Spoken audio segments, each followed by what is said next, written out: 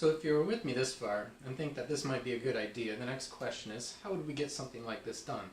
Well, both fortunately and unfortunately, it's a completely nonpartisan issue and approach at a solution, so the change will need to come from the populace at large. I've identified a clear set of tactics regarding two ways constitutional change can come about, one being appropriate for the situation and the other highly inappropriate for the time being in the book.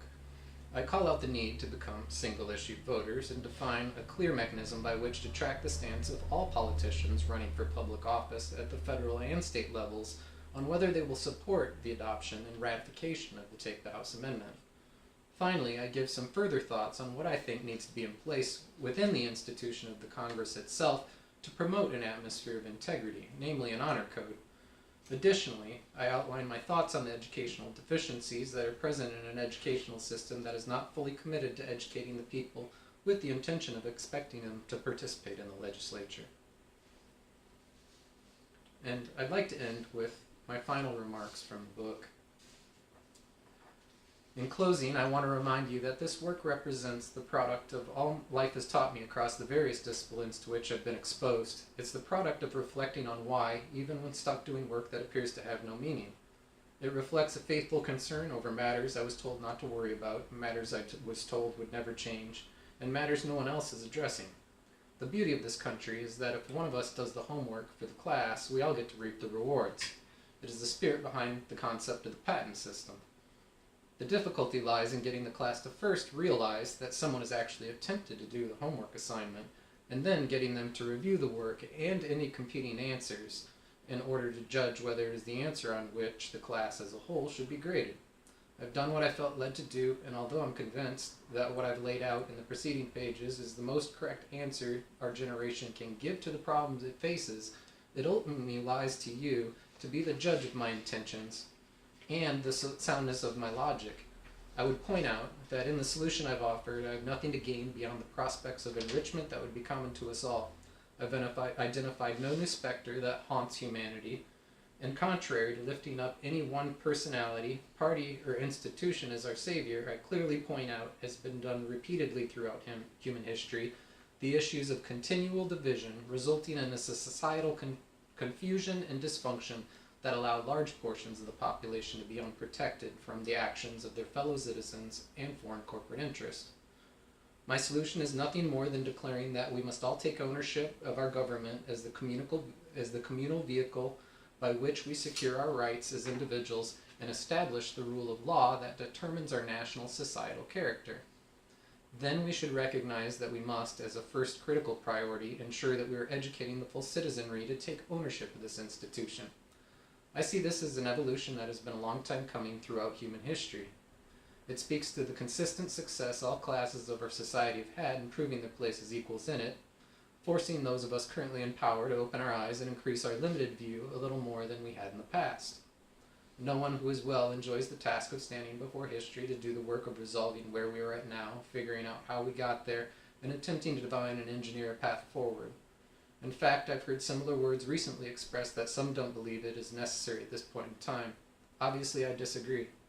It is exactly what we all must do, periodically.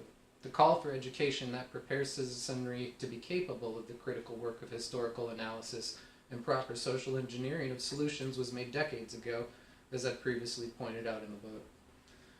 If we have a lack of voices offering solutions, we shouldn't wonder why. If we're incapable of collectively understanding appropriate solutions when they are placed in front of our faces by individuals we have no reason to distrust, we are blind who can't even be led. For those of you who wonder whether the stakes are real, in early October 2016, as I was finishing the rough draft of this book, China's news agency released a scathing report highlighting our obvious dysfunction on display for the international community.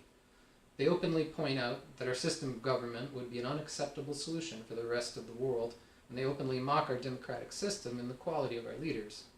They mean to discredit us on the world stage, and the bitter reality is that they do so fairly. They claim the Western tradition to be inferior, and they call into question the legitimacy of our democratic and capitalistic society as a valid model for anyone. This is unacceptable. The solution I offer would shut them right up and give their people something to consider when they see us solve seemingly impossible problems that plague all systems of government throughout the world. I believe we have the answer, are capable of the task, and as a people are ready to take action. The time is now. I will leave you appropriately with the closing of Common Sense. For those of you who are unfamiliar with the work, it was a letter written by one of the colonists, Thomas Paine, calling for a separation from England, meaning war, with the intent of forming a new government. On these grounds I rest the matter, and as no offer hath yet been made to refute the doctrine contained in the former editions of this pamphlet, it is a negative proof that either the doctrine cannot be refuted, or that the party in favor of it are too numerous to be opposed. Wherefore, instead of gazing at each other with suspicious or doubtful curiosity, let each of us hold out his hand to his neighbor in the hearty hand of friendship, and unite in drawing a line, which, like an act of oblivion, shall bury in forgetfulness every former dissension. Let the names of Whig and Tory be extinct, and let none other be heard among us than those of good citizen, an open and resolute friend, and a virtuous supporter of the rights of mankind and the free and independent states of America. Thank you for allowing me to share my thoughts with you, and I hope they inspire you to take action. Do some research on how our government functions, and take action to assist me in establishing accountability and balance to our legislative branch, and as a result, the other institutions of our government. I have every reason to believe that this minor alteration to what is proven to be an amazing gift to mankind will provide a worldwide stability not only to our own nation, but our global neighbors as well, that will allow us to take maximum advantage of scientific, technological, and social advances that I believe would otherwise create a social panic. Ultimately, we can no longer look at each other in the eye and claim ignorance as to whether there's anything you or I can do. Thank you for your time, and I respectfully ask your consideration on what I've said.